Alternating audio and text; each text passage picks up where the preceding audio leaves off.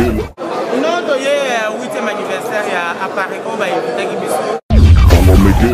Au Komona papa. Tout le monde me connaît. Papa a se reprendre au Komona.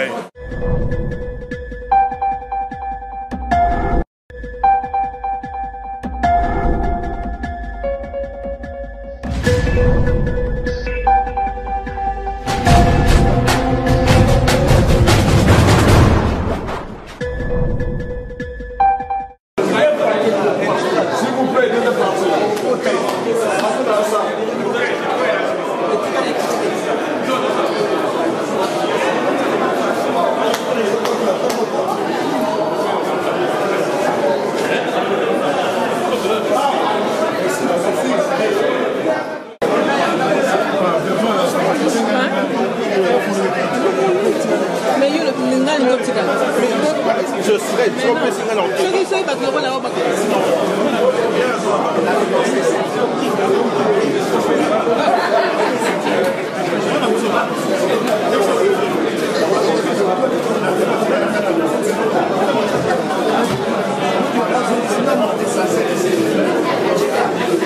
Est-ce que tout le monde peut s'asseoir, s'il vous plaît?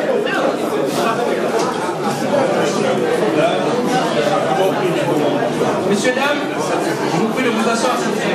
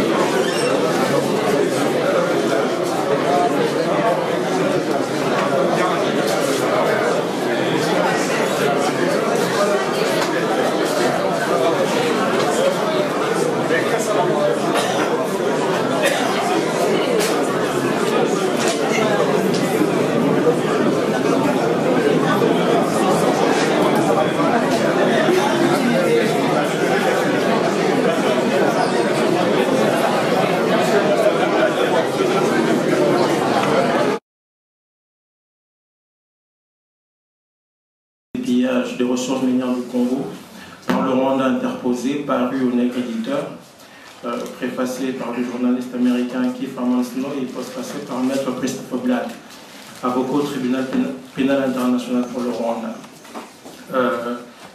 Bien que je parle du Canada, mon livre aborde quand même plusieurs thèmes, donc l'implication des grandes puissances, les politiques des grandes puissances en Afrique. Qu'est-ce qui m'a poussé moi à écrire ce livre? C'est du Canada où je vis. J'avais une image assez angélique de ce pays qui est ma deuxième patrie. Et donc j'ai toujours pensé que les Canadiens étaient mieux que les Français, les Américains, les Espagnols. J'étais comme le Canadien moyen qui pense toujours que bon, tout se passe très bien, que nous ne sommes pas impliqués dans des conflits dans le monde. Et en 2006, le président Kagame, le président de Rwanda, a été invité au Canada. Et il a rencontré des responsables de l'industrie minière canadienne. Je tiens simplement à rappeler que le Canada est la première puissance minière au monde.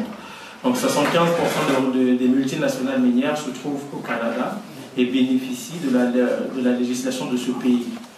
Et donc, quand Paul Kagame a été invité là-bas, j'ai été surpris par l'attitude du gouvernement canadien parce que ce monsieur était déjà pointé du doigt dans l'assassinat de 3 ressortissants canadiens au Rwanda. Et donc, pour moi, il y avait quelque chose qui ne tournait pas. J'avais laissé passer. Et plus ça continuait, plus on apprenait de plus en plus que ce pays, le Canada, était largement impliqué dans des conflits dans la région des Grands Lacs. Et donc, j'ai débuté mon enquête comme ça, sans a priori. Je voulais simplement essayer de creuser un peu. Donc je n'avais pas une grande idée de l'application, de la profondeur de l'application canadienne, mais aussi des autres grandes puissances. Quand je commence, la première chose qui me frappe, c'est que je découvre dans les notes d'archives du gouvernement d'abord l'implication du Canada dans l'assassinat du Premier ministre Patrice Emery Lumumba. Et pour moi, c'était très surprenant dans la mesure où nous savons tout ce qui se passe au Congo. Et les Nations Unies l'ont à maintes fois relevé. Et les Congolais n'ont pas souvent fait attention à cela. Et si le Rwanda a réagi violemment après la publication du Mapping Report, c'est simplement parce que le Mapping Report vient remettre d'une certaine manière en question la version officielle du génocide qu'on nous présente. Pour une fois, on dit que les troupes du FROC ont massacré des gens à l'est du Congo. Malheureusement, parce que je ne suis pas trop un fan de ce rapport, simplement parce que dans ce rapport, on parle beaucoup plus des massacres des populations Hutus que des populations congolaises. Et je suis surpris que des experts des Nations Unies disent qu'il faut attendre la mise en place d'une juridiction internationale pour statuer sur le cas du génocide, alors que dans le cas du Rwanda, après un mois, on était capable de statuer qu'il y avait un génocide au Rwanda, alors que plus de 16 ans après la mise en place d'un tribunal pénal international pour le Rwanda, on n'a pas été capable de prouver hors de tout doute raisonnable la planification de ce génocide. Donc, nous avons des affabulateurs, des aventuriers qui viennent comme ça, qui veulent nous imposer une narration de l'histoire qui n'est pas nôtre pour justifier aujourd'hui les massacres, les viols des femmes qui se commettent à l'est de notre pays. Et dans cette politique des grandes puissances, il faut comprendre que vous savez tous comment en 1996 le Zaïre a été envahi. Pendant cette invasion, les Américains et les Canadiens ont mis à la disposition des troupes du FPR des avions espions pour les orienter dans les zones où se trouvaient des réfugiés pour les massacrer. Et en même temps, les satellites américains ont aussi repéré des gisements où se trouvaient des ressources naturelles pour s'en accaparer. Des contrats, on a vu comment les contrats ont été signés pendant la guerre même, durant l'invasion du Zaïre. Et tout cela, tout ce que nous vivons aujourd'hui à l'est de notre pays, constitue ce que j'ai souvent appelé la stratégie du chaos. On ne tient pas ce que la paix revienne. Il faut entretenir la stabilité à l'est de notre pays pour permettre à des multinationales de continuer à piller, aux Rwandais et à l'Ouganda d'avancer leurs cartes. Mais surtout, c'est aussi une affaire de gros sous parce que les compagnies d'armement continuent, vendent des armes aussi. Et dans cette politique, les grandes puissances, les Nations Unies, comme je l'ai dit tantôt, demeurent une carte importante dans cette politique. Vous avez vu par exemple, je vous ouvre une parenthèse, dans le cas de la Syrie, quand on a déployé les observateurs des Nations Unies, tout d'un coup les rebelles commencent à savoir où se trouvait l'armée syrienne. Et donc, c'est ce qui se passe aujourd'hui dans l'est de notre pays. Dans la politique des grandes puissances, nous devons savoir que nous sommes seuls aujourd'hui, le peuple congolais. Le peuple congolais doit compter sur lui-même. Nous ne devons pas compter sur les troupes des Nations Unies, donc moi j'appelle les troupes des Nations occidentales. Nous ne devons pas compter, nous pouvons compter sur la bienveillance des peuples, mais pas sur la bienveillance des élites. Ça, nous devons le savoir. Lumumba disait que nous ne sommes pas seuls, il ne faisait pas allusion aux élites, mais bien au peuple. Et aujourd'hui, je pense que le peuple congolais comprend de plus en plus ce qui se passe dans notre pays, demeurant simplement vigilant. J'ai vu, vous avez vu, comme tout le monde, par exemple, l'intervention du président tanzanien qui disait qu'il faut un débat au Rwanda pour régler le cas du Congo. Moi, j'ai dit simplement que le débat, c'est un débat rwandais, ça ne nous concerne pas. Et la question de fond, dans le cas du Zaïre, ce n'est pas la présence des génocidaires, c'est simplement le contrôle de nos ressources naturelles. Et donc, sur ce, si les Rwandais veulent régler leurs problèmes, ce qui est très important, ils peuvent régler leurs problèmes chez eux, et nous devons régler nos problèmes chez nous, et nous nous sommes obligés, qu'on ne veuille pas, de faire face à nos agresseurs premiers, qui ne sont pas le Rwandais, mais les États-Unis, le Canada et les autres grandes puissances qui se servent du Rwanda et de l'Ouganda pour avancer ces cartes-là. Et n'oublions surtout pas que dans ce genre de thème, je veux juste m'arrêter là rapidement, parce que j'aime beaucoup plus qu'on échange. Je veux m'arrêter là en citant quelqu'un que j'aime beaucoup, c'est le professeur Cheikh Anta Diop, sur l'histoire de notre pays, parce que la compréhension de l'histoire demeure quelque chose de très important pour comprendre comment les choses se passent. Nous ne pouvons pas libérer le Congo en étant ignorants des réalités profondes qui se passent à l'est du Congo. Voilà pourquoi Cheikh Anta Diop a dit que l'Afrique devait, sur les thèmes controversés, accéder à la vérité par sa propre investigation intellectuelle et se maintenir à cette vérité jusqu'à ce que l'humanité comprenne que l'Afrique ne sera plus frustrée, que des idéologues prendront leur temps parce qu'ils auront rencontré des intelligences égales capables de leur tenir tête sur le plan de la recherche de la vérité. Merci.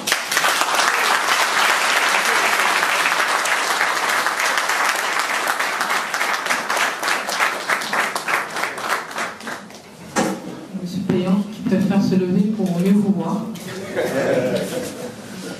Bonjour, est-ce que vous m'entendez là?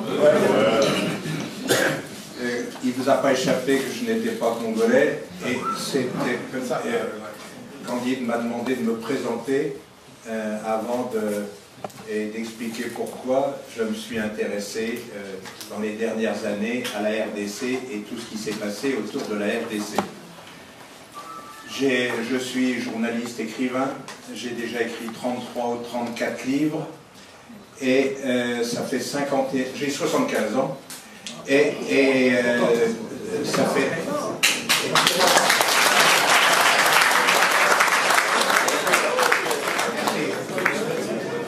Et ça fait 51 ans que je vais en Afrique. D'abord, j'ai vécu en Afrique, et puis je n'ai jamais abandonné. Mais pendant très très longtemps, je me suis intéressé à ce qu'on appelle ici le précaré, c'est-à-dire essentiellement les pays d'Afrique centrale. J'entends le Gabon, la Centrafrique, le Tchad, le Cameroun, le Congo-Brazza, etc. Et puis, bon, j'ai été connu en France par l'Afrique, puisque mon premier best-seller, ça s'appelait Affaires africaines, en 1983, qui avait provoqué d'énormes turbulences, et ça a failli faire rompre les relations entre Bongo et François Mitterrand, et j'ai eu deux attentats et beaucoup de problèmes. Donc voilà comment je me retrouve véritablement sur l'Afrique. J'avais auparavant écrit un livre sur Bokassa. C'est moi qui avais, pour ceux les plus âgés, c'est moi qui avais lancé l'affaire des diamants. Donc il y a très nombreuses années. Et puis, donc je vais passer très vite. Il se trouve que j'ai fait une biographie de François Mitterrand en 1994, et donc j'ai eu l'occasion de parler à plusieurs reprises avec lui, et notamment de parler avec lui du Rwanda. Et il se trouve que je l'interviewais le jour où, le 1er juillet 1994, il rencontrait le président Museveni. Et donc à cette occasion-là, il a voulu que je l'accompagne jusqu'au moment où on verrait Museveni arriver dans la cour de l'Élysée. Et ça a été pour moi, disons, je ne sais pas combien, 20 minutes, une demi-heure, très très intéressante. Parce que le 1er juillet 1994, pour ceux qui ont connu cette époque-là, c'était pas longtemps, une dizaine de jours après le début de l'opération turquoise. Et avec une propagande absolument hallucinante contre la France venant des pays anglo-saxons. Et donc voilà la situation. Et donc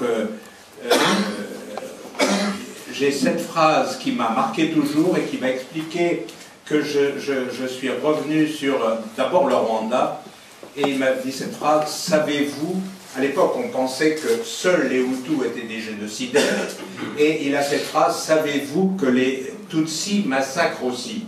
Donc j'ai cette phrase-là dans la tête. Et puis à partir de 95, enfin 94-95, je suis un citoyen comme tout le monde, je regarde ce qui se passe, et je m'y intéresse évidemment, mais dans un premier temps, je n'ai pas l'intention de travailler sur ces questions.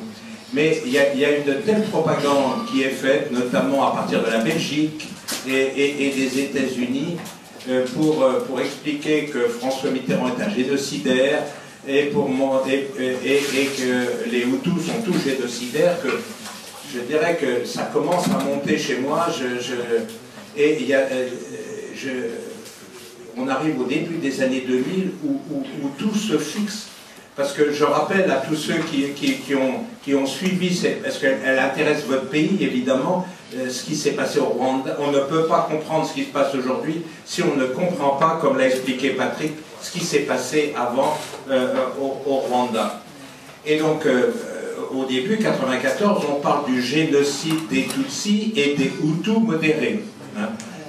On ne pouvait pas faire autrement, puisque la première personne qui est assassinée, c'est quand même la première ministre, Agathe, qui est une Hutu. Donc on ne pouvait pas éliminer les Hutus.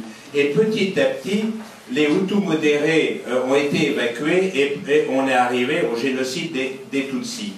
Avec génocide des Tutsis et donc une collaboration étroite de François Mitterrand avec les génocidaires.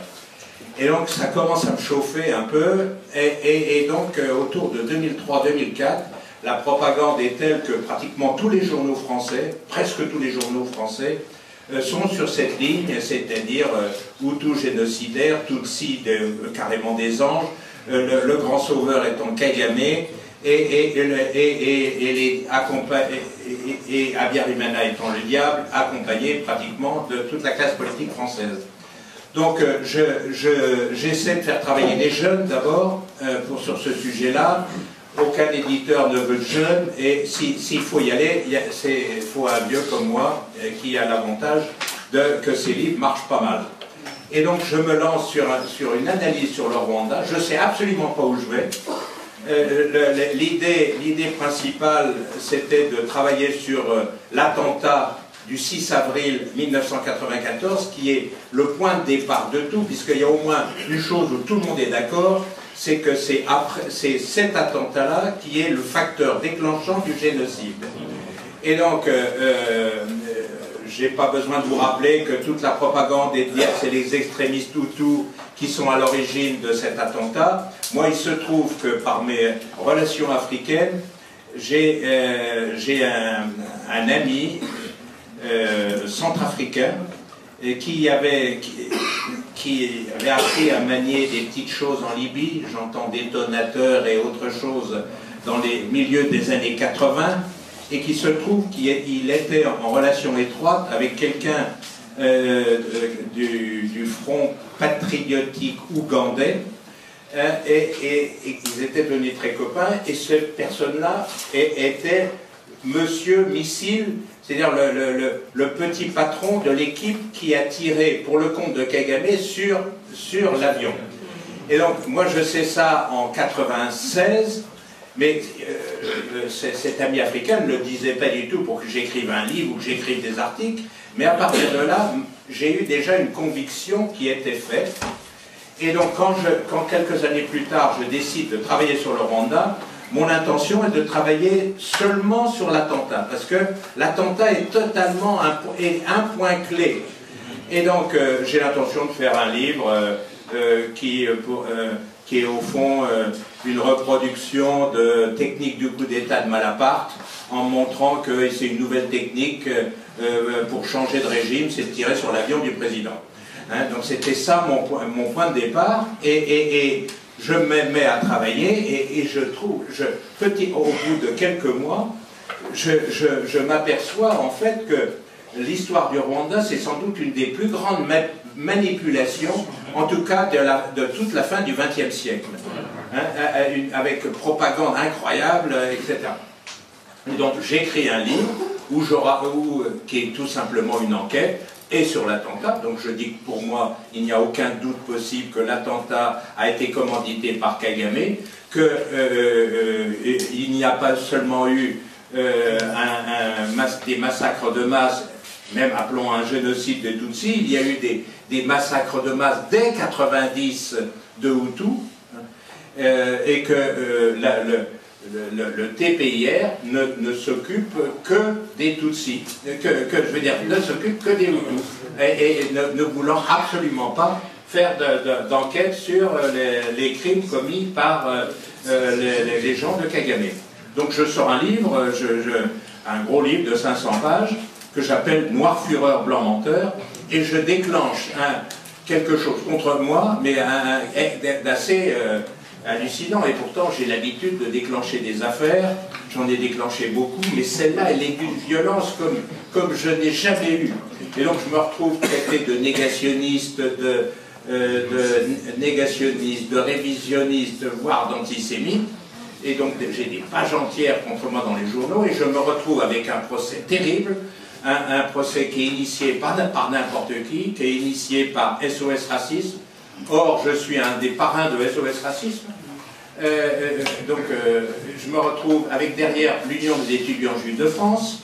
Et donc, j'ai un procès d'une lourdeur extraordinaire. Parallèlement, j'ai un procès en Belgique de 217 Rwandais qui me réclament chacun 10 000 euros. Donc c'est quelque chose de très fort. Alors, je dis tout de suite la fin des procès, ça me dure 5 ans quand même, et pas avec n'importe qui. Hein. J'ai compris et venu témoigner à mon première instance. J'ai eu une certaine Madame Taubira qui est venue pendant 1h30 dire les pires horreurs sur moi. Hein, et j'ai eu donc des attaques violentes. Je précise tout de suite que j'ai tout gagné. Hein, j'ai gagné en première instance, j'ai gagné en appel, j'ai gagné en cour de cassation. Mais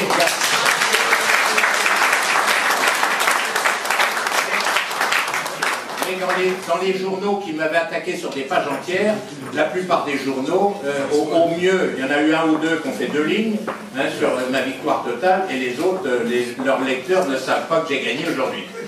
Mais c'est pas pour ça que je voulais que vous sachiez donc la nature de qu'est-ce que c'est qu'enquêter sur le Rwanda, hein, c'est quelque chose de terrible. Mais l'avantage de ce procès, c'est que je me suis retrouvé, d'habitude quand je fais une enquête, je fais la promotion, j'enferme tout et j'attaque un autre sujet.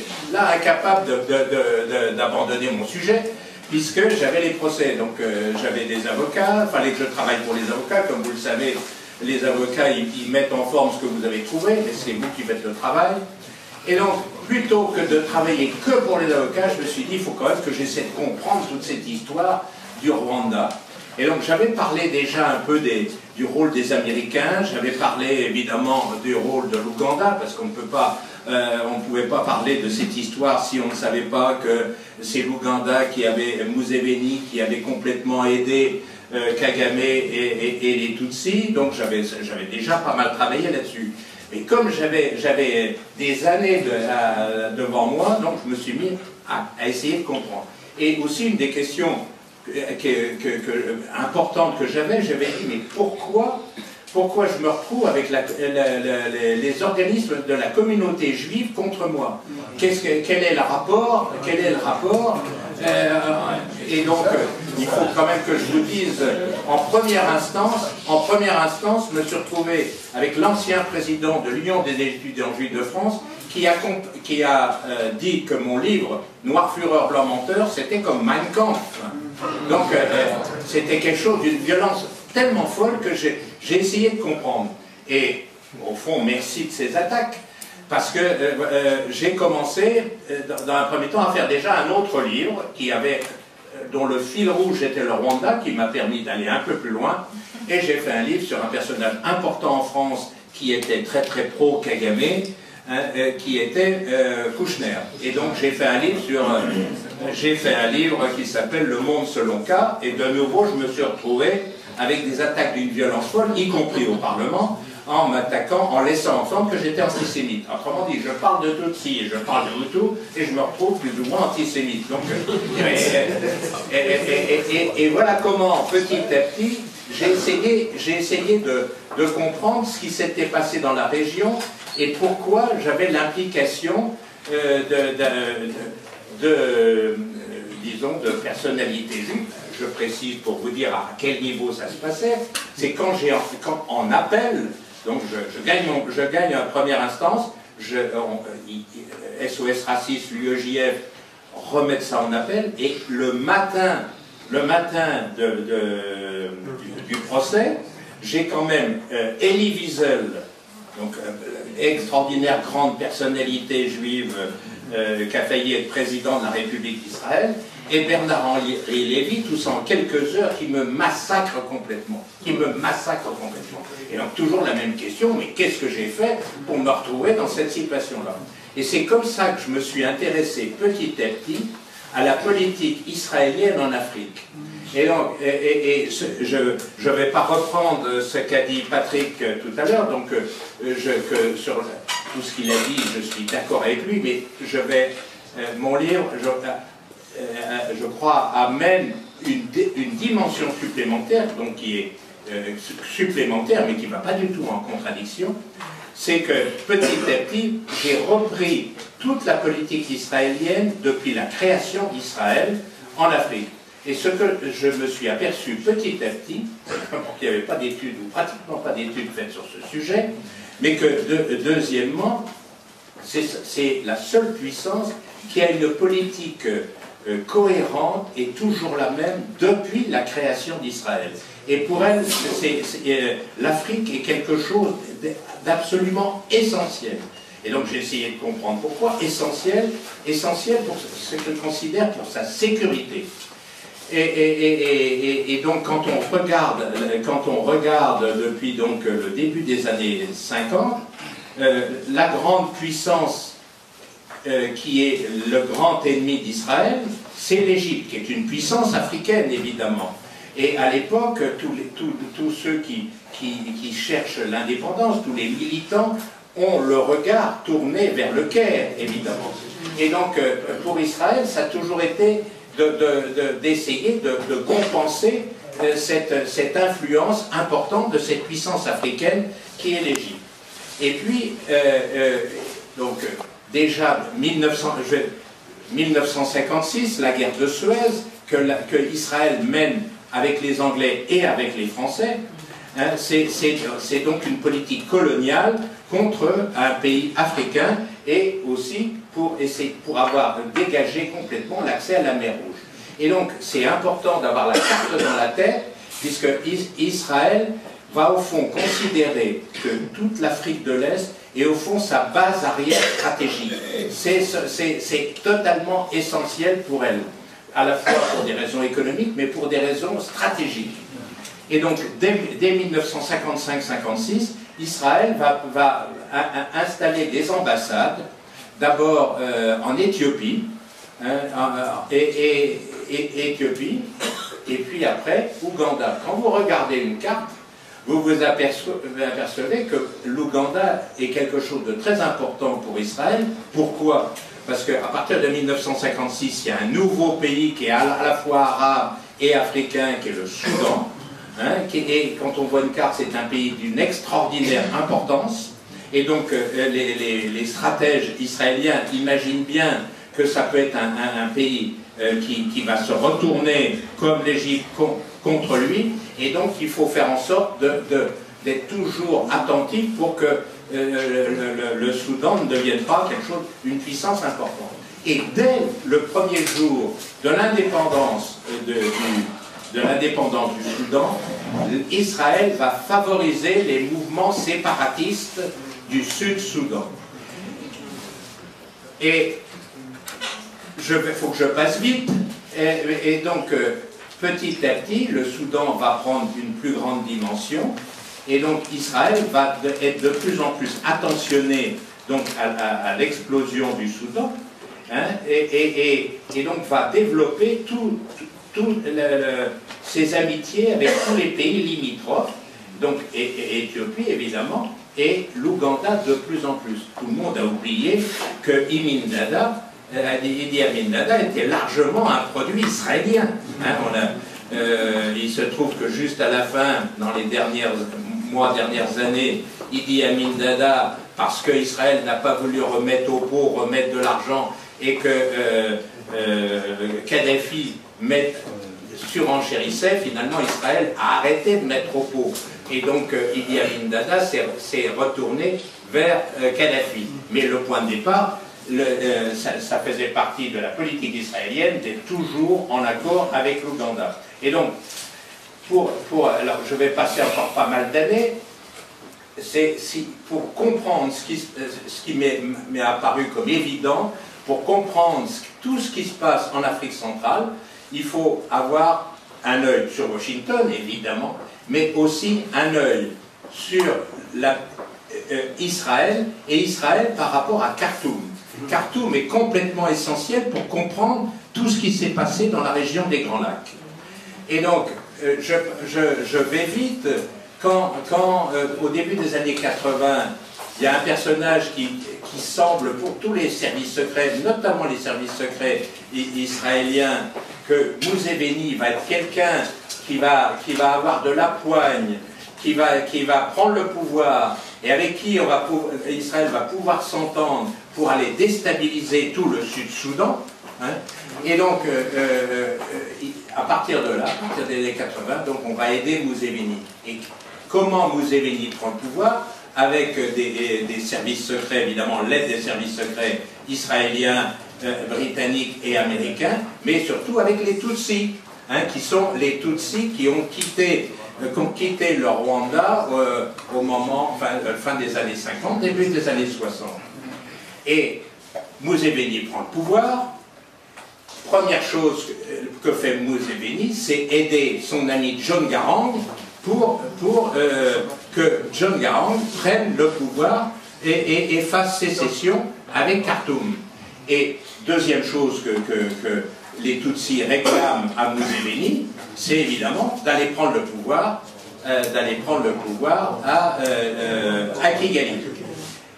Ça se situe à un moment aussi très important, c'est la chute du mur de Berlin, où donc il n'y a plus cette menace soviétique, où les Occidentaux peuvent se battre les uns les autres, sans pour autant déclencher des choses terribles, parce que Moscou va plus être là, donc ça se passe exactement à ce moment-là. Chute du mur de Berlin, donc c'est 89, et à partir de là, les Américains vont reprendre aussi, associés avec les Israéliens, ce que Roosevelt voulait à la fin de la Deuxième Guerre mondiale, c'est-à-dire la fin des restes de l'impérialisme et français et britannique. Et donc les Américains ont décidé d'y aller à fond à partir de la chute du mur de Berlin. Donc, et pour aller vite, ce qui va se passer, c'est que donc Museveni va aider donc Kagame à prendre le pouvoir et va se former en réalité une alliance anti-Khartoum.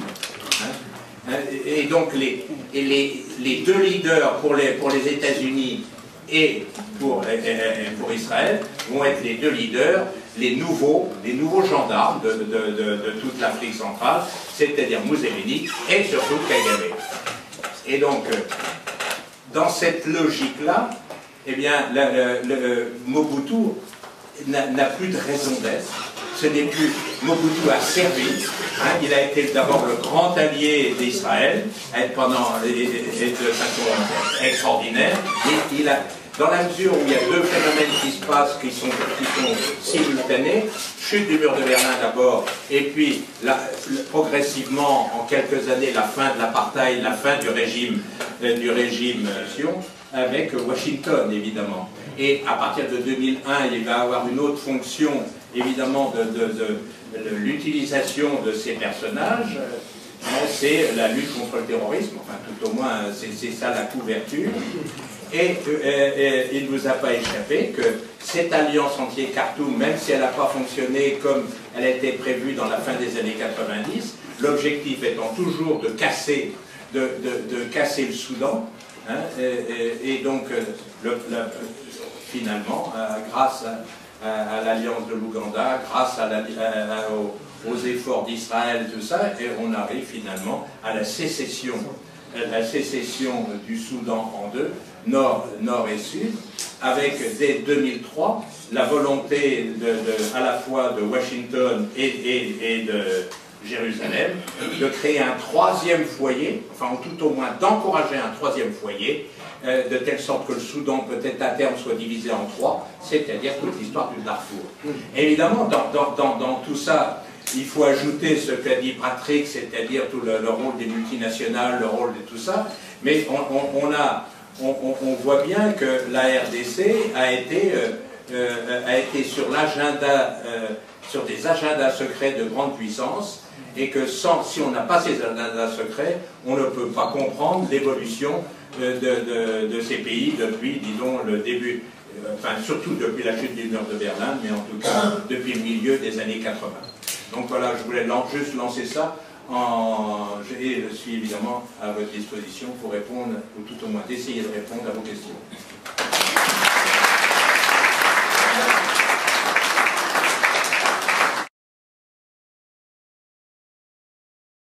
Possibilité externe de rentrer comme ça aussi facilement. Je veux dire, autrement dit, pour dire autrement, c'est-à-dire que il y a, et c'est vrai, donc, vous ne pouvez pas, vous, Congolais, vous abstraire de tout, même si on a désigné une partie du mal, vous ne pouvez pas vous abstraire de toutes les responsabilités, évidemment, de la situation actuelle. Ce n'est pas possible. Et donc, donc c'est vrai, donc, et je réponds aux deux questions en même temps. Hein, je suis d'ailleurs frappé comme je bouge beaucoup, je vois beaucoup de Congolais, et donc je vois en même temps la facilité qu'ont les gens qui manipulent, les politiques qui manipulent dans ce pays, de profiter des éclatements, politiques. Et donc, si moi j'avais la marge de manœuvre donc des puissances diminueraient et vos marges de manœuvre augmenteraient, si évidemment vous étiez mieux organisé, que l'opposition soit mieux organisée, ça me semble évident. Autrement dit, pour résumer, évidemment, je suis incapable de chiffrer, mais vous portez, vous Congolais, une part de responsabilité dans la situation actuelle, c'est évident. Monsieur Bécaud.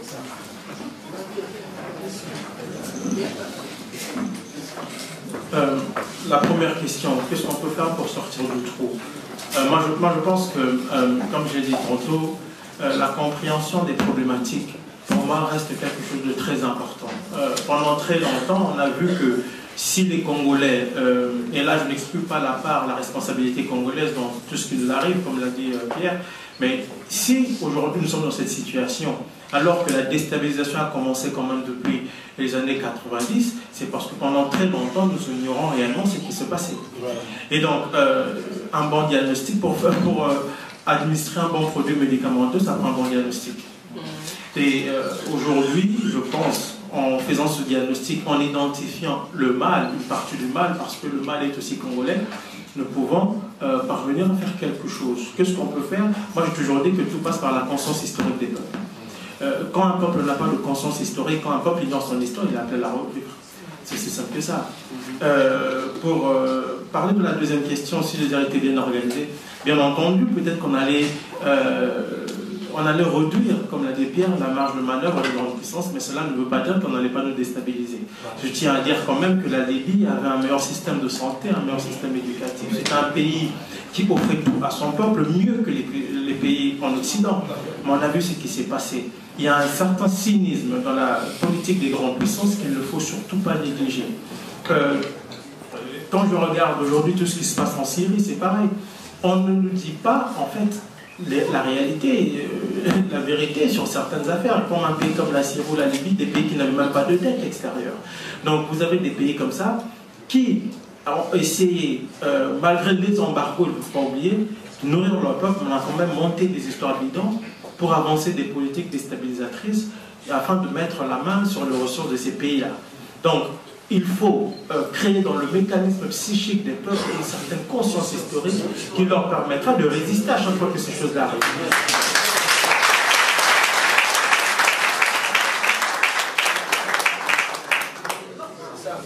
Et il ne faut surtout pas oublier que le système impérial et la propagande qui s'ensuit ne vous dira jamais que vous êtes sur le bon chemin. Les résistances ne seront jamais mises de l'avant. Donc, nous devons non seulement écrire notre histoire, la comprendre et la transmettre à nos enfants. Que nos enfants sachent comment nos parents se sont battus, afin qu'eux aussi puissent se battre. Parce que si ce n'est pas ça, nous n'allons pas gagner. Et ce n'est pas pour rien qu'à chaque fois qu'on déstabilise un pays, on met une campagne de diabolisation pour ne pas permettre à la population de pays déstabilisés de comprendre réellement ce qui se passe.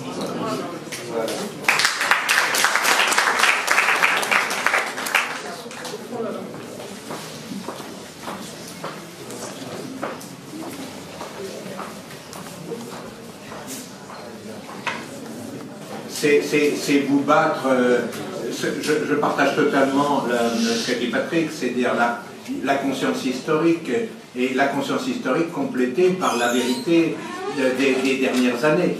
Et donc ça, il y a des efforts à faire pour chacun d'entre vous, parce que je pense que la vérité est atteignable.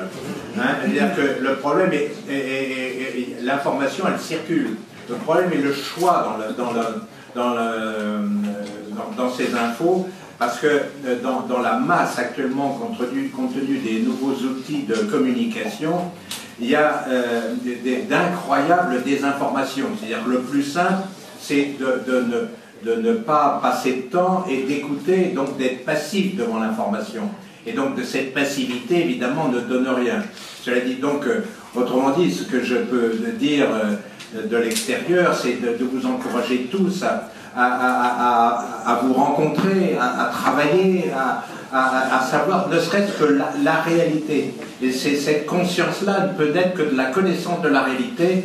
Et Patrick parlait du diagnostic, on ne peut rien faire si on n'a pas un bon diagnostic. Alors après, quelles alliances? On est déjà à un stade au-delà des alliances. Hein. C'est-à-dire qu'il faut déjà être dans des appareils politiques très sophistiqués, déjà pour pouvoir parler d'alliances. Il est évident qu'il y a des alliances, mais qui doivent exister. Je suis sûr qu'un certain nombre de gens parmi vous ont des liens avec un certain nombre de Rwandais qui vivent des drames du même type que vous. Je pense notamment aux Hutus classifiés génocidaires. Il y a une histoire que je n'ai pas racontée tout à l'heure, mais c'est juste quand j'ai mené cette troisième enquête qui m'a entraîné sur une plongée dans ce qui était le Zaïre et qui est devenu la RDC, qui m'a totalement stupéfait. C'est ce qui s'est passé fin 96, début 1997. Et donc je raconte comment les services secrets français étaient parfaitement au courant de ce qui se tramait dans le Kivu. Hein, c'est-à-dire comment il y a des massacres, parce que ça n'a pas été des petites choses, hein, ça a été des massacres par centaines de milliers de Hutus et de Congolais, de Zaïrois à l'époque.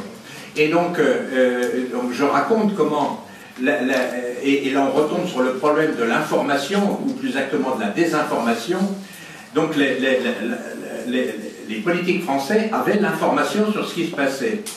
Mais il y avait une telle propagande faite notamment par les anglo-saxons que quand Chirac a voulu une première fois en fin novembre 1996 de lancer une opération pour aller au secours des Hutus et des Congolais qui étaient massacrés, il a compris que la propagande était telle à cause de l'affaire du Rwanda qu'il était obligé de monter, de faire la promotion d'une force multinationale, sachant pertinemment qu'il fallait qu'elle soit dirigée par un Américain ou un Canadien, sachant à quel point la désinformation avait été forte.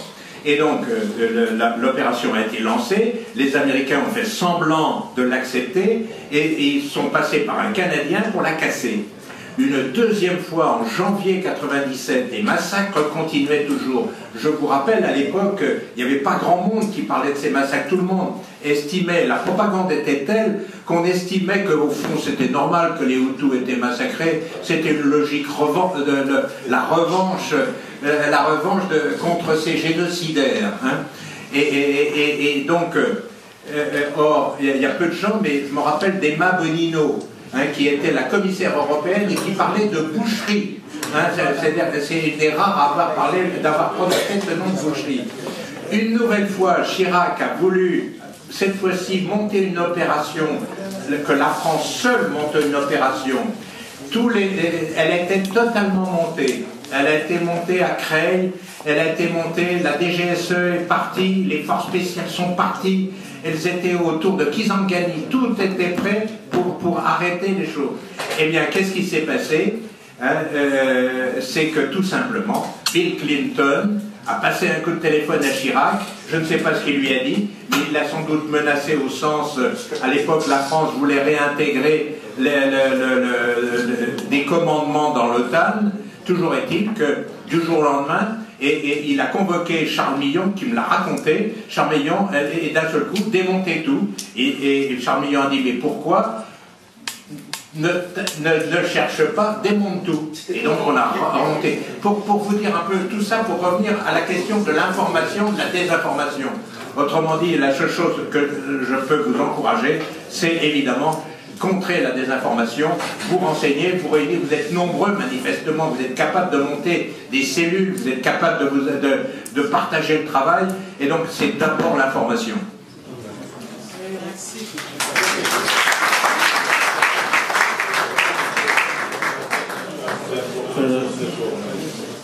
D'ailleurs, avant de répondre, juste pour compléter ce qu'a dit Pierre par rapport à l'opération avortée par un officier canadien, c'est un chapitre entier de mon livre où je parle de l'application canadienne et de comment cet officier canadien qui s'appelle le général Maurice Barrel a court-circuité la mise en place de cette force multinationale pour qui allait aider les réfugiés.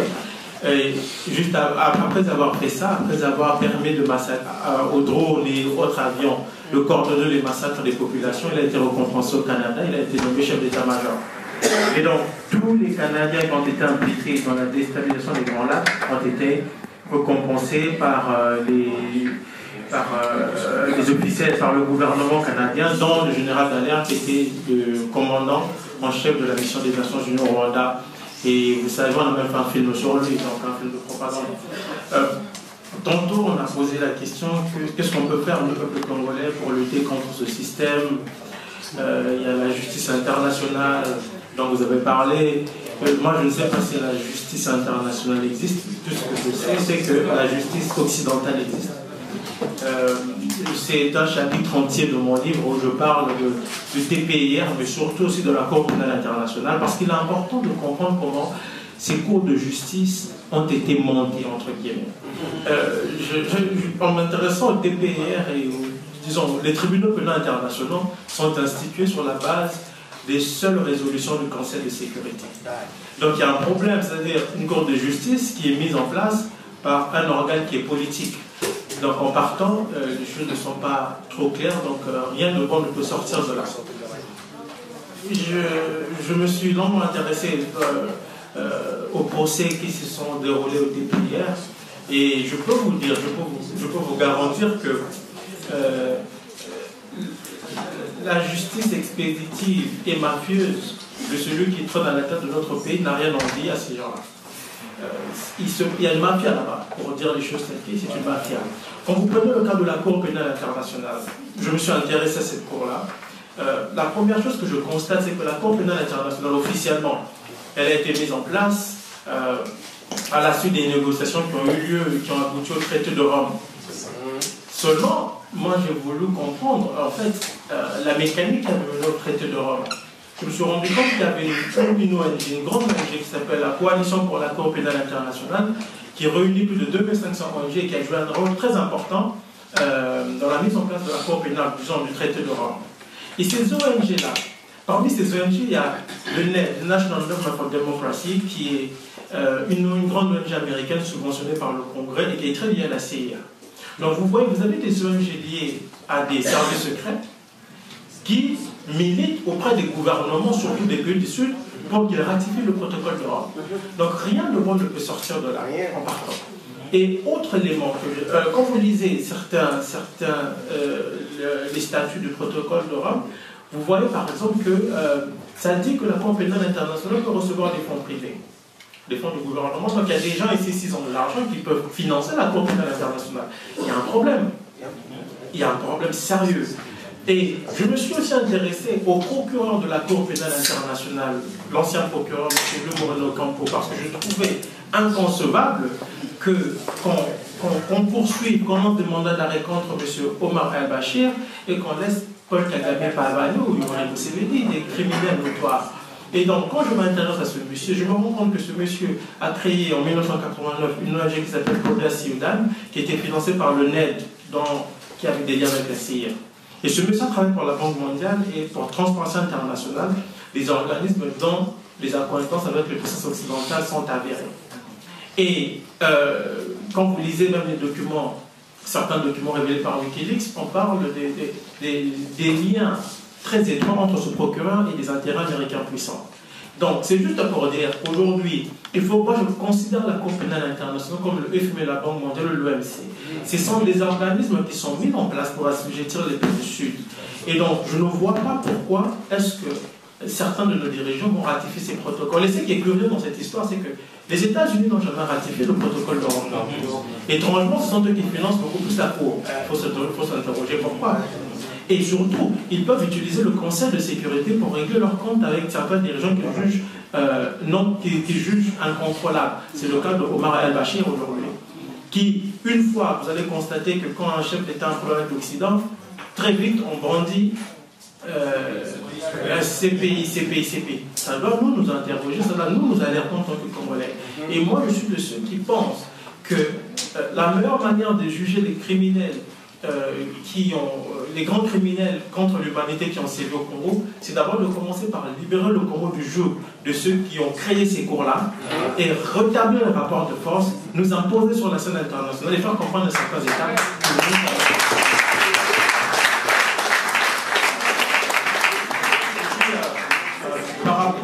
par rapport aux solitudes, excusez-moi, par rapport à la question de notre sœur Beka Kombi par rapport aux solitudes, les alliances, moi je pense que les alliances peuvent se tisser, j'ai toujours dit, avec les peuples. Moi au Canada, Pierre on a parlé de l'information. Moi quand je donne des conférences au Canada, aux États-Unis, je parle dans les universités partout. Et j'ai compris l'importance aussi d'alerter nos compatriotes de ces pays-là, de les tenir au courant. Parce que dans un pays comme le Canada, où les gens ont vraiment une idée angélique de ce pays, quand les Canadiens ont pris connaissance de mon livre, pour beaucoup, ça a été un choc, un terrible choc. Et aujourd'hui, nous partageons cette information avec ces gens-là, et les gens commencent à faire pression au niveau des institutions canadiennes pour dire que nous voulons voir clair dans tout ce que vous faites dans la région des Grands Lacs en notre nom. C'est-à-dire que d'une certaine manière, on peut faire des alliances avec non seulement les Hutus, mais les populations des pays, des pays dans lesquels nous vivons, et aussi de responsabiliser ces gens-là sur ce qui se passe en Afrique et qui se fait souvent leur nom sans qu'eux ne le sachent. Voilà. C'est que sous Sarkozy et sous l'influence de Kouchner, on a véritablement cassé l'instruction judiciaire dans l'attentat, en faisant venir une des personnes incriminées qui s'appelle Rose Kabouillet et pratiquement en lui déroulant le tapis rouge.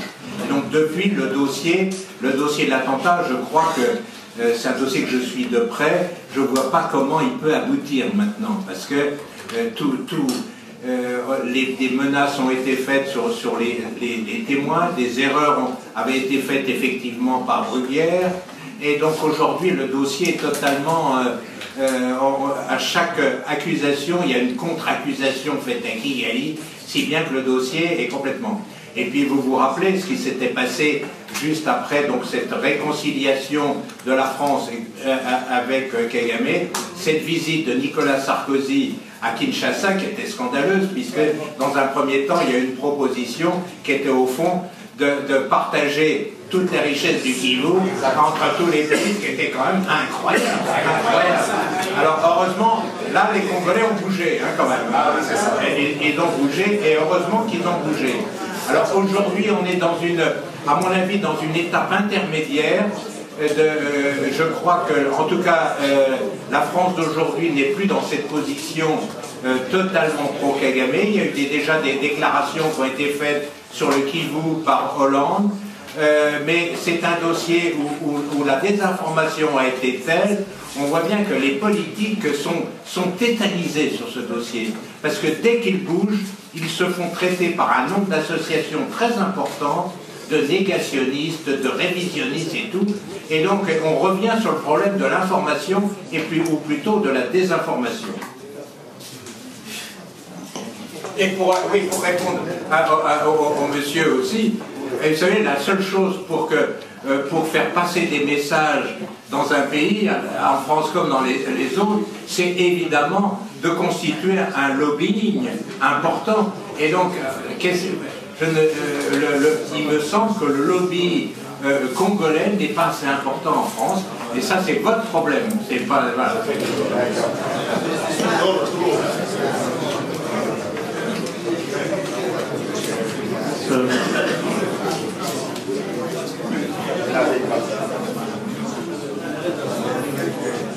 Comment profiter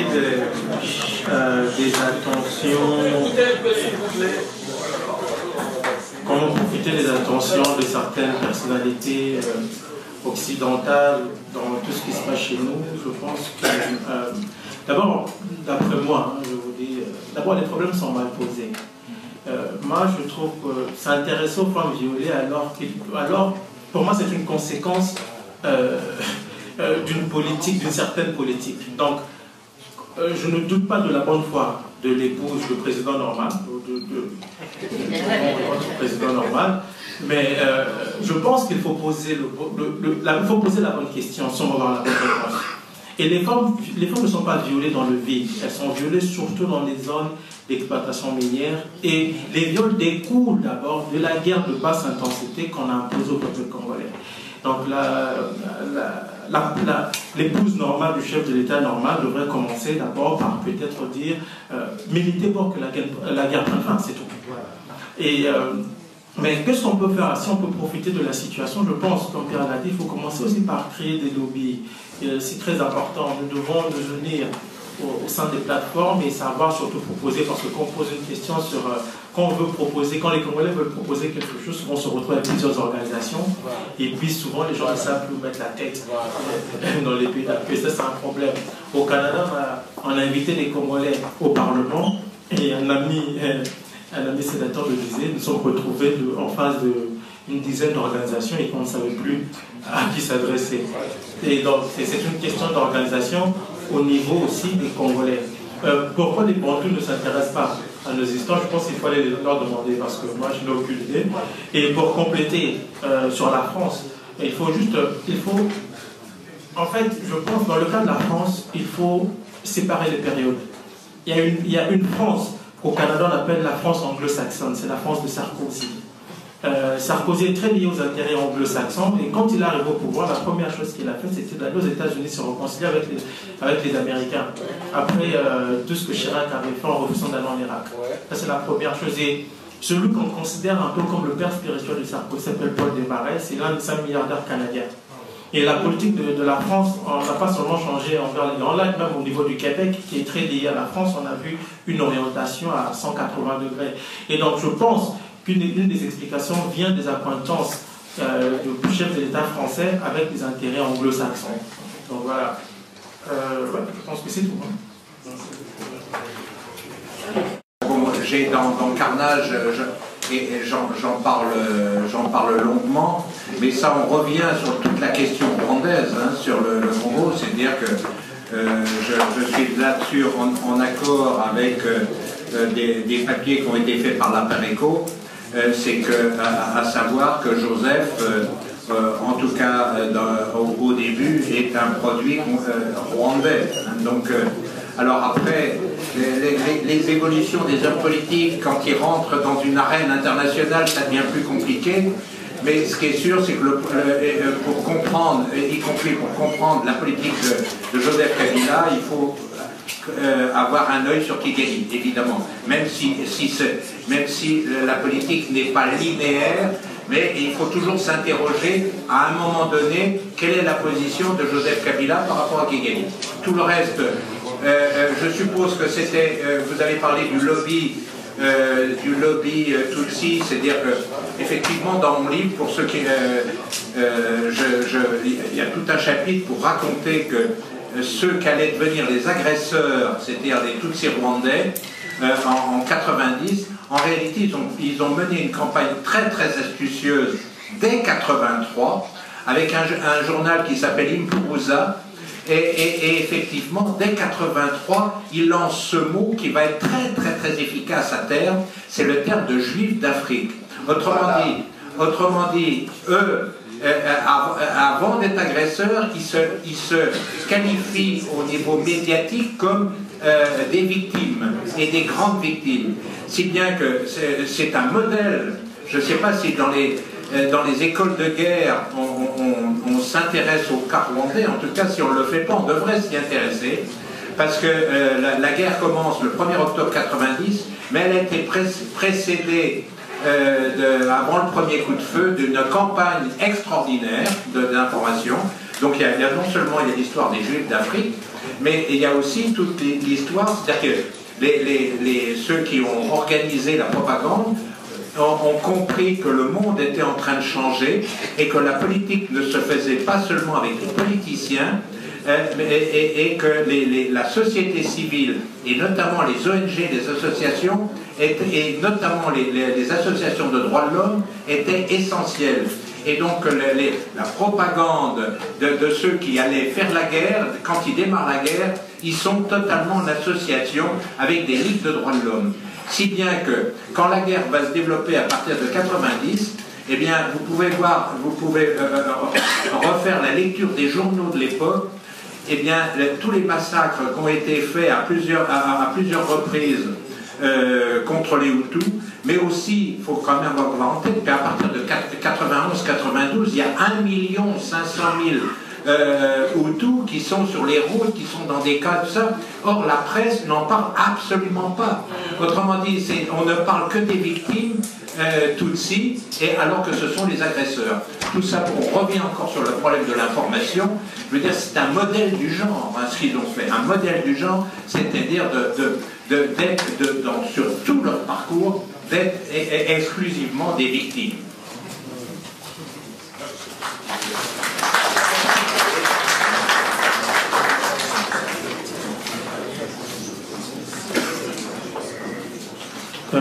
Juste pour compléter bien, j'allais vous lire les propos de Kagame après la guerre. Il a dit nous avons mené la guerre de la communication, de l'information mieux que quiconque.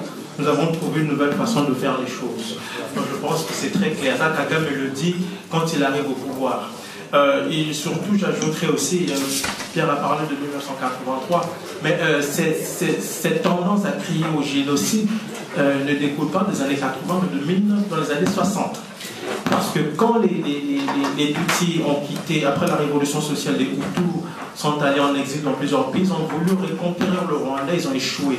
Ils ont mené dès cette époque-là une campagne, une propagande terrible en disant qu'ils étaient victimes d'un génocide commis contre les Hutus. Ça, c'était en 1963. Il y a un rapport des Nations Unies à l'époque qui déjà mettait l'emphase sur cette histoire. Et d'ailleurs, le rapporteur des Nations Unies à l'époque disait il est incroyable de constater à quel point ces gens sont fantastiques dans la manipulation de l'information. Ça, c'était dans les années 60.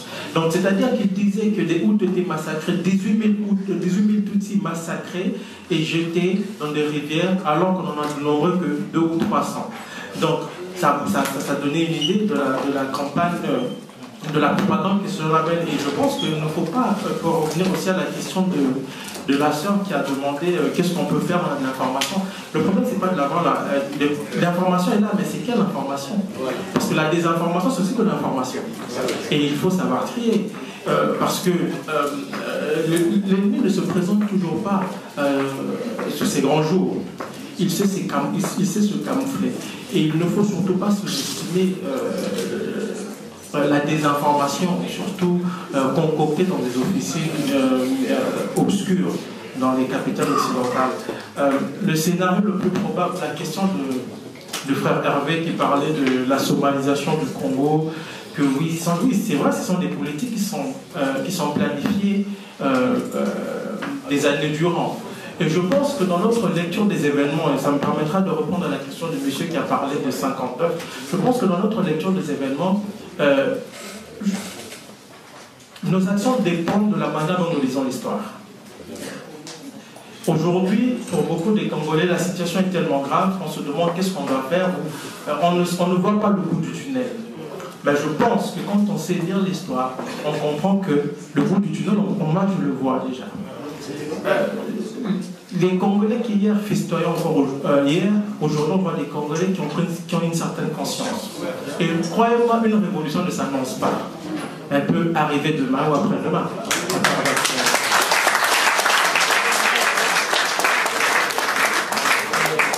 Il ne faut surtout pas être fataliste. Il faut juste avoir le regard braqué sur l'objectif. Ceux qui ont écrit l'histoire, des gens comme Lumumba dans les années 50-58 ne savaient peut-être pas que l'indépendance allait survenir le 30 juin 60. Et pourtant, c'est ce qui est arrivé. Et c'est sous cet angle-là qu'il faut surtout analyser les grandes questions d'histoire. Sur quel modèle peut-on s'identifier pour faire avancer les choses?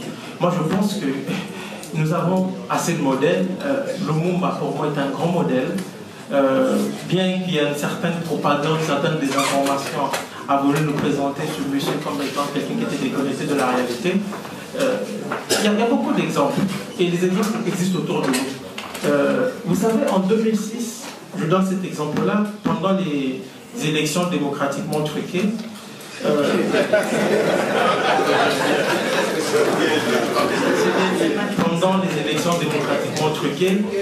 vous savez, l'Europe avait déployé la force, le fort. Je pense que beaucoup de Congolais n'ont pas fait attention à cette entre guillemets réalité. S'ils ont déployé le fort alors qu'il y avait une mission des Nations Unies, c'est parce qu'ils avaient peur des Congolais et de la réaction des Congolais. Voilà pourquoi vous devez commencer par lire votre histoire selon vous et non selon ce que vous professent les médias.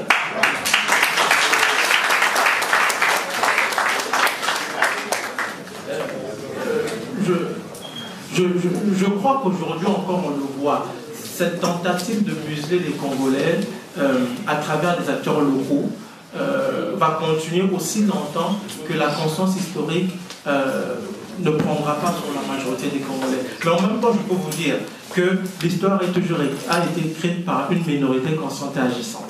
Donc, essayez de faire partie de cette minorité.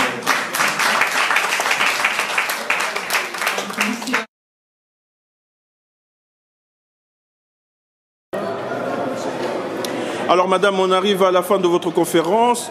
Est-ce que vous pouvez nous dire votre ressenti? Surtout, apparemment, vous avez quand même réussi à mobiliser pas mal de Congolais. Quel est votre ressenti aujourd'hui?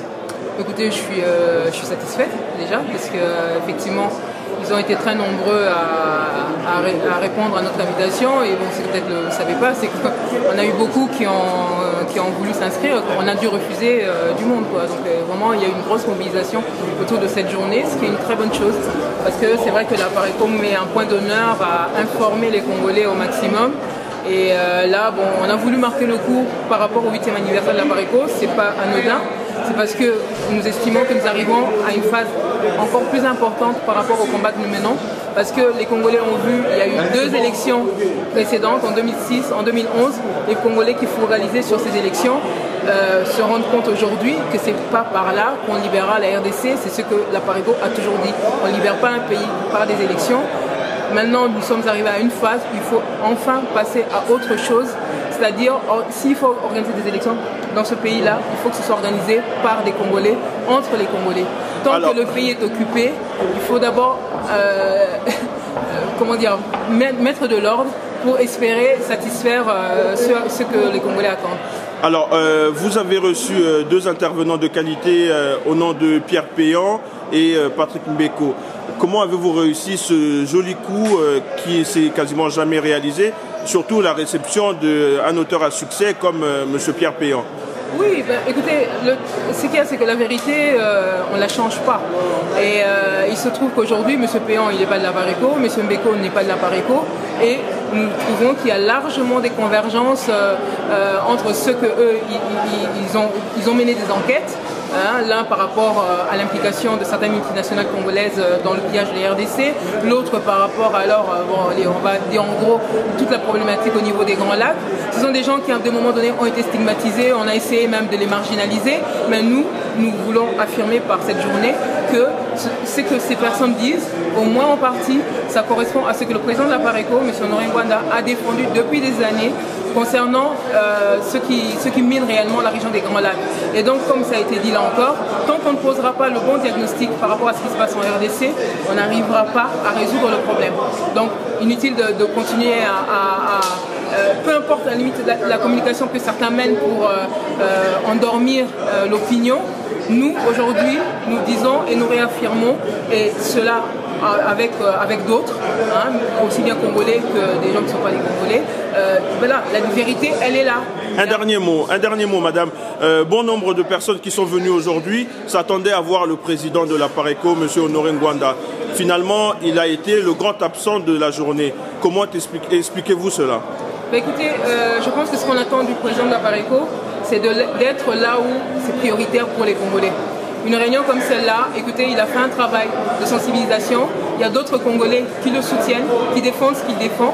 Et ces personnes-là sont à même, et comme vous avez pu le voir, de porter son message sans qu'il soit là, parce que tout simplement, il est là où c'était prioritaire par rapport au combat que nous menons pour la libération de la RDC. Le président de la Pareco est au front et il est toujours avec nous. Et de toute manière, aujourd'hui, ce que vous avez pu voir, c'est que Ngwanda, apparemment, il y a eu beaucoup de petits Ngwanda. Il a fait beaucoup d'enfants. Merci beaucoup du président de la Pareco. Elle est justifiée parce que sa sécurité, je crois qu'elle est très importante. Ce n'est pas la première fois qu'il soit absent dans ce genre de manifestation. Et je crois que ça nous permet aussi à nous, en tant que je dirais, actifs du combat de la résistance, de prendre nos responsabilités. Alors dites-moi, qu'est-ce que vous avez pensé dans la conférence et surtout de l'absence du président? Mais écoutez, devant la conférence, les journées s'est très bien passée. Nous avons vu, n'est-ce pas, les informations que nous avons souhaitées. La présence du président à cette assise n'était pas fondamentale. C'est vrai que c'est un jour important, un jour où nous célébrons le 8e anniversaire de la Pareco. Mais le président national de la Pareco, même s'il n'est pas physiquement avec nous, idéologiquement il est toujours là, parce que sa pensée, sa philosophie est toujours répandue par les membres de la Pareco. Donc ça ne nécessite pas que le président soit là. Nous sommes là et c'est bon. Odombo, on te retrouve aujourd'hui à la conférence de la Pareco. Qu'est-ce que tu peux nous dire? Pourquoi tu es venu? Est-ce que tu es membre de la Pareco? Non, normalement, merci quand même d'avoir cette question. Je ne suis pas membre de la Pareco, mais la Pareco, c'est une plateforme de la résistance. Donc, je suis invité par le responsable de la Pareco. C'est ça que j'ai participé dans le réunion de la Pareco aujourd'hui. Et qu'est-ce que tu as appris? Qu'est-ce que tu retiens aujourd'hui de la cérémonie? Normalement, il y a tout, ça passe bien. Le problème, c'est la situation que moi, j'ai constatée chez la Pareco, parce qu'ils sont maintenant bien organisés et bien structurés, quand même, que les choses que je veux quand même féliciter la Pareco. C'est ça. Mais il y a quand même le président qui a manqué. On pensait voir aujourd'hui le président, mais il n'est pas là, le président de la Pareco. Normalement, la question, c'est pas à moi. Il faut que vous demandez. Mais vous, à vous, est-ce que l'absence du président vous a manqué, vous, en tant qu'invité? Bon, normalement, la présence du président de la Pareco, ça manque à personne, étant que moi, étant que résistant. Le problème du Congo, c'est le problème qu'on va quand même changer la vision. Donc, quel que soit que non, la personne est absente, et ce n'est pas que la Pareco, c'est une plateforme. Ce n'est pas un individu qui représente la Pareco. C'est toute une assemblée de la résistance qui participait quand même pour améliorer et partager quand même leurs idées dans leur tête. C'est ça que je suis vraiment content que, même que quel que soit le président est absent, quand même qu'il y a des combattants, il y a des résistants qui font participer dans les réunions, quand même, c'est bon. Francis et Androit, le combattant, le résistant. Mais comment on te retrouve aujourd'hui à l'anniversaire de la Pareco? Es-tu membre de la Pareco? Je suis membre du Congo. Mais encore membre du Congo, comme tu m'as présenté, militant, sympathisant de la Pareco, voilà. Les membres de la Pareco se disent pères de la résistance, donc nous respectons, comment dirais-je, nous respectons leur vocation, donc on est là pour les soutenir, voilà, pour lutter l'influenceur dehors. Et qu'est-ce qui s'est passé aujourd'hui dans la salle? Qu'est-ce que tu as appris, toi, aujourd'hui par rapport à cette séance? Qu'est-ce que tu as appris? En fait, la séance se déroule en deux parties. La première partie, c'était des orateurs spécialement made in la Pareco. Ils ont parlé de l'historique même de la Pareco, l'historique du combat et les solutions à venir pour nous libérer du joug rwandais occidental. Et puis après, il y aura M. Pierre Péan et M. Patrick Mbeko qui vont parler également des voies et moyens, des solutions pour nous sortir du drame dans lequel nous sommes. Et est-ce que toi, en tant que combattant résistant, tu peux esquisser déjà quelques voies et moyens selon toi, Francis? Les voies et moyens, voilà, c'est la révolution populaire. D'abord, les membres d'Apareco ont mis l'accès sur la communication, sur l'information. Voilà, il n'y a pas assez de communication, il n'y a pas assez d'information. Avant qu'il y ait une révolution populaire, ou je ne sais pas moi, coup d'État, il faut que l'information, que la communication passe. Juste une question. Aujourd'hui, c'est l'anniversaire d'un mouvement, mais comment tu expliques l'absence de son leader? Certainement pour raison de sécurité, coup de chapeau à l'organisation. Il y a même eu des détecteurs de métaux, ici, là, à l'entrée, pour une fois, dans Paris, dans une dans une réunion de combattants résistants où on trouve des détecteurs de métaux. Donc c'est pour raison de sécurité. Voilà. Oui, papa. Les autres, ça.